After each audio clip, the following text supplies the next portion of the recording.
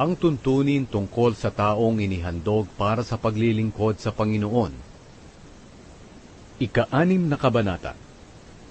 Sinabi ng Panginoon kay Moises, "Sabihin mo sa mga Israelita na kung ang isang lalaki o babae ay gagawa ng isang panata, na itatalagan niya ang kanyang sarili sa paglilingkod sa akin bilang Nazareo, kailangang hindi siya iinom ng alak na mula sa ubas, o ng kahit na anong nakalalasing na inumin. Hindi rin siya gagamit ng suka na galing sa anumang inuming nakalalasing. Hindi rin siya dapat uminom ng katas ng ubas, o kumain ng ubas o pasas. Habang isa siyang Nazareo, kailangang hindi siya kakain ng kahit anong galing sa ubas, kahit na buto o balat nito. Hindi rin niya pagugupitan ng kanyang buhok, habang hindi pa natatapos ang kanyang panata sa Panginoon. Kailangang maging banal siya, hanggang sa matapos ang panahon ng kanyang panata. Kaya hahayaan lang niyang humaba ang kanyang buhok, at habang hindi pa natatapos ang kanyang panata sa Panginoon, hindi siya dapat lumapit sa patay, kahit na ama pa niya ito, ina o kapatid. Hindi niya dapat dungisan ang kanyang sarili dahil lang sa kanila. Dahil ang kanyang buhok ay simbolo ng pagtatalagan niya ng kanyang buhay sa Panginoon. Kaya sa buong panahon ng pagtatalagan niya ng kanyang buhay, ibinukod siya para sa Panginoon. Kung may biglang namatay sa kanyang tabi, at dahil dito'y nadumihan ang kanyang buhok, na simbolo ng kanyang pagkakatalaga sa Panginoon, kailangang ahitin niya ito sa 7 araw. Iyon ang araw ng kanyang paglilinis. Sa 8 araw, kailangang magdala siya ng 2 kalapati o 2 ibon na bato-bato sa pari, roon sa pintuan ng toldang tipanan.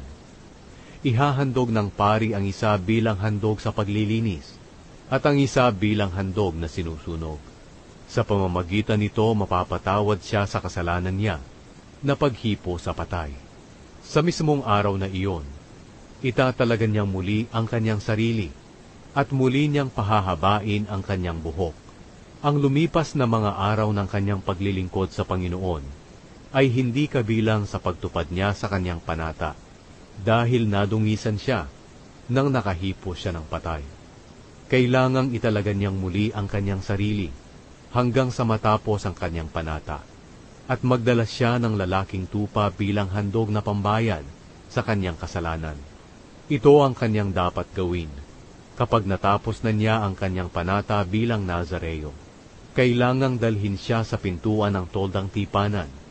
Doon maghahandog siya sa Panginoon nitong mga sumusunod na hayop na walang kapintasan. Isang lalaking tupa na 1 taong gulang bilang handog na sinusunog. Isang babaeng tupa na 1 taong gulang din bilang handog sa paglilinis. At isang lalaking tupa bilang handog para sa mabuting relasyon. Bukod pa rito, maghahandog din siya ng mga handog bilang pagpaparangal sa Panginoon, mga handog na inumin, at isang basket ng tinapay na walang pampaalsa, na ginawa mula sa magandang klaseng harina.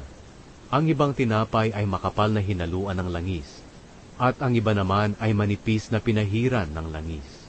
Ang pari ang maghahandog nito sa Panginoon. Ihahandog niya ang handog sa paglilinis, at ang handog na sinusunog. Pagkatapos ihahandog din niya ang lalaking tupa bilang handog para sa mabuting relasyon, kasama ang isang basket na tinapay na walang pampaalsa. At ihahandog din niya ang mga handog bilang pagpaparangal sa Panginoon, at ang mga handog na inumin. At doon sa pintuan ng toldang tipanan, aahitin ng Nazareo ang kanyang buhok, na simbolo ng pagtatalagan niya ng kanyang buhay sa Panginoon. Susunugin niya ito sa apoy na pinagsusunugan ng handog na para sa mabuting relasyon. Pagkatapos nito, ilalagay ng pari sa kamay ng Nazareo ang balikat ng nilagang tupa at ang manipis at makapal na mga tinapay na walang pampaalsa na galing sa basket. Pagkatapos kukunin ito ng pari at itataas sa presensya ng Panginoon bilang handog na itinaas. Banal ang bahaging ito ng handog, at ito ay para na sa pari. Pati ang dibdib at paa ng tupa na itinaas din sa Panginoon. Pagkatapos nito, maaari nang makainom ng alak na ubas ang Nazareo. Ito ang tuntunin para sa isang Nazareo. Pero kung mangangako ang isang Nazareo na maghahandog siya sa Panginoon, na sobra sa ipinatutupad sa kanyang panata, dapat niya itong sundin. Ang pagbendisyon ng mga pari. Sinabi ng Panginoon kay Moises, "Sabihin mo kay Aaron at sa mga anak niyang lalaki, na ito ang kanilang sasabihin kapag magbabasbas sila sa mga Israelita. Pagpalain sana kayo ng Panginoon. Ipakita sana ng Panginoon ang kanyang kabutihan at awa sa inyo. At malugod sana ang Panginoon sa inyo, at bigyan niya kayo ng mabuting kalagayan. Sa pamamagitan nito'y maipapahayag nila sa mga Israelita kung sino ako, at pagpapalain ko sila."